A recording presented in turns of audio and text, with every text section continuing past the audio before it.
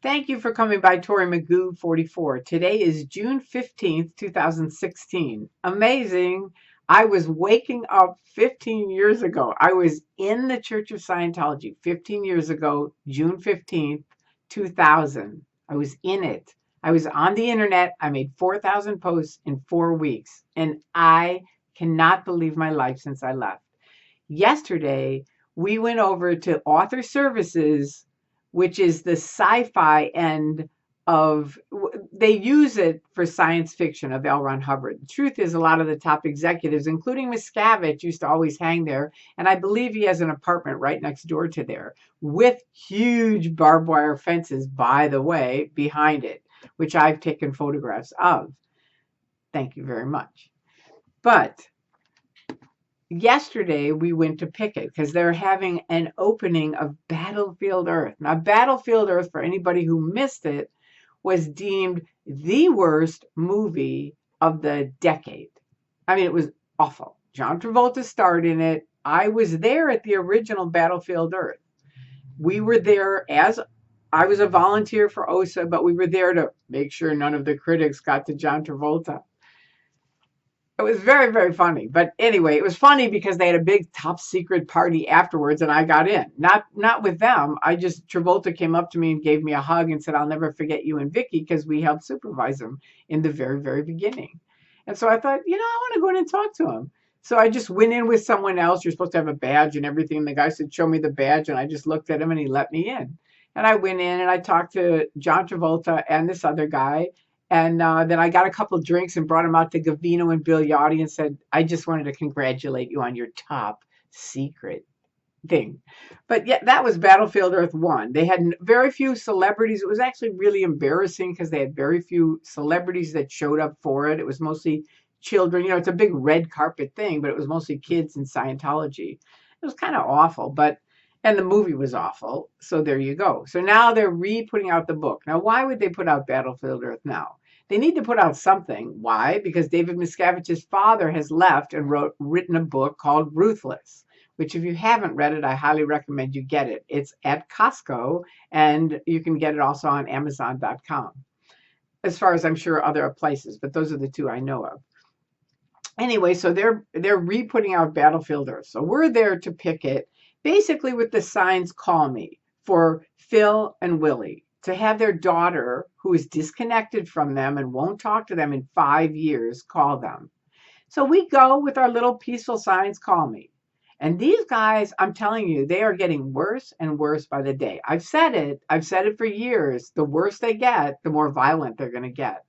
And I'm telling you, they were nasty yesterday. I mean, it was hardcore, like, ooh, this is really what you guys got into Scientology to do. And I know I had a handler that was there the entire time. This is a funny story. We're standing there. It's Willie, and me. And we both got signs, "Call Me," right? We're standing right at the edge of the street. And he's right next to me over here. And this kid walks up and he goes, he isn't really a kid. He's like in his 20s, late 20s, maybe 30. But he says, "You guys are out of Scientology, right?" And we said, "Yeah, absolutely." And he said, "Far out." He goes, "I want to join you." And so I said to Willie, "Do you have an extra sign?" And she hands him a sign. Now it's 3 of us, right? And I look over at the OSA guy and I say, "See, this is the difference in you and us. You have to body route people into the testing center, meaning they have to like physically move them in there. We have people that just come join us. I mean, we didn't plan that. He just showed up and joined us.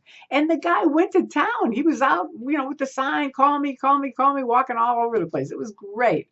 And if you happen to see this, thank you very much, because we really, really appreciated it. And anytime anyone, if you see this, if you'd like to come join us picketing, please do. We love having more people. It's definitely, it helps. It's fun. So there was that. Let me see. There were a bunch of different things that happened. Number 2 was that this guy that was my OSA handler kept, pushing things that I knew I had said in session. So, which is supposed to be totally confidential.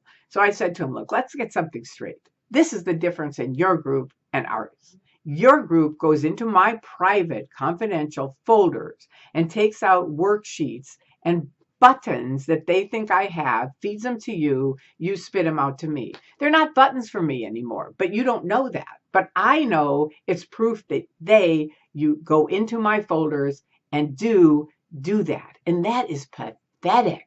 And the guy goes, well, I didn't look at your PC folders. And I said, and nor did I say you did. I said your organization does. And that's the difference between your group and our group, right? So, it was just a weird day for many, many reasons. Let me just say, I wrote a few things down. Battlefield Earth. Well, anyway, I don't even want to go on about Battlefield Earth because it's kooky. I thought it was interesting. Years ago, Anonymous made a volcano, 6-foot volcano with dry ice in it. And they moved it down to Author Services, in front of Author Services. It was fantastic. And yesterday, they had taken from probably Fry's. Fry's has a big spaceship crashing into it. It's a computer store for anybody who doesn't know. And they took that same concept. We're going to have a spaceship crashing here, right? Which they didn't. But they did have these bagpipers. And this was an interesting thing. I asked the OSA guy, okay, are they part of you? Are they with you? What? And he goes, I don't know. I said, that's another lie that you just said. That's not true. You know. And so all of a sudden they run up the street to Highland. They come bagpiping down playing. It was wonderful. It was beautiful music. And I look at him and I say, you should make these guys into Scientologists. And if his teeth could have fallen out, they would have. He goes, you're telling me they should be Scientologists? And I said, isn't that your job? That's what we used to do when we were Scientologists. We used to find good and able people and get them into Scientology. You guys don't do that anymore. All you do is buy buildings. And he didn't know what to say about it because it's true. They don't have, I said, you don't have Div 6 anymore, which is where they got new people in. You don't even with your FSMs, field staff members, they don't get new people in. They haven't for years, all through the 90s. I used to complain about that when I was in, saying, who's getting new people in? They're not, except for doctors, dentists, attorneys, people that have a lot of money. That's it. They don't really care about the average person. If you are an average person or an average income person, do not walk into their testing center because they will promise you everything. They will give you nothing and they will charge you a lot of money. And I mean a lot of money, like hundreds of thousands of dollars. Now they'll laugh and go, oh, it's only $40. Right. The beginning of it's only $40, but it is like a triangle and you do have to pay for every single level. You have to become a Scientologist. You have to pay for that. It's an unbelievable, endless thing. Anyway, I know I've forgotten some things, but those are just some things. We had a great picket. And hopefully, Phil and Willie's daughter does somehow see this, or any other kids that are disconnected from your families. This is like the worst thing possible that Scientology does. They do a lot of creepy things that people don't know about, but disconnection is awful. And let me say this, I'll end with this. I've got two things I'm going to end with. One, they say, oh, it's by choice. Okay, here's the proof that it isn't choice. Every person, and there's a lot of us who have left, who leave, the first thing they do is reconnect with their friends that they've disconnected from. So if it was a choice, they wouldn't reconnect.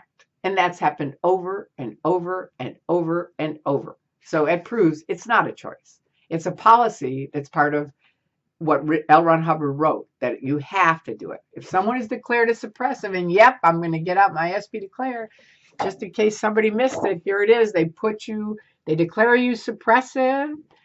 They say on the back, it says your only terminal is the International Justice Chief via the Continental Justice Chief, right there, right? And I mentioned that to the OSA handler, and he goes, well, what do you want to say to him? I said, you're not the IJC. I'm not talking to you, right? And he just kept saying it over and over. What do you want to say to him? I'm like, why should I talk to you? He kept twisting my words all the time. I say, good. I got that on tape. Thank you. He said, you can't tape me. Well, here's the truth. If you're out on a public property, I can do whatever I want. I can film you. I can tape you. We have the rights of a photographer. That's it. Okay, so anyway, that's the one thing. And the last thing I'm going to tell you is the night before that, or 2 nights before that, Drew and Aubrey and I just went over by the testing center, and they were roping people in, all up and down the block. And I'd see like a big mob of people and this guy talking to them. and I'd walk over and I'd hear him saying, it's a free film or it's a free stress test or whatever. And I all I would say is this, and any of you can use this. There is nothing free in the Church of Scientology. Nothing. Right? And every single person would walk off. That was it. And I would look at him and I'd say, and you know it, right? Because they do. They know it's not true. They're lying through their teeth every single day. Okay? So there you go. Thank you to everyone who has helped expose their abuses. I'm going to put in the comments or in the little write-up a link to Brett Chance's video of the Battlefield Earth event, because that's really great too, and you get to see them. So I love you guys. Thank you for coming by, and there you go. Cheers.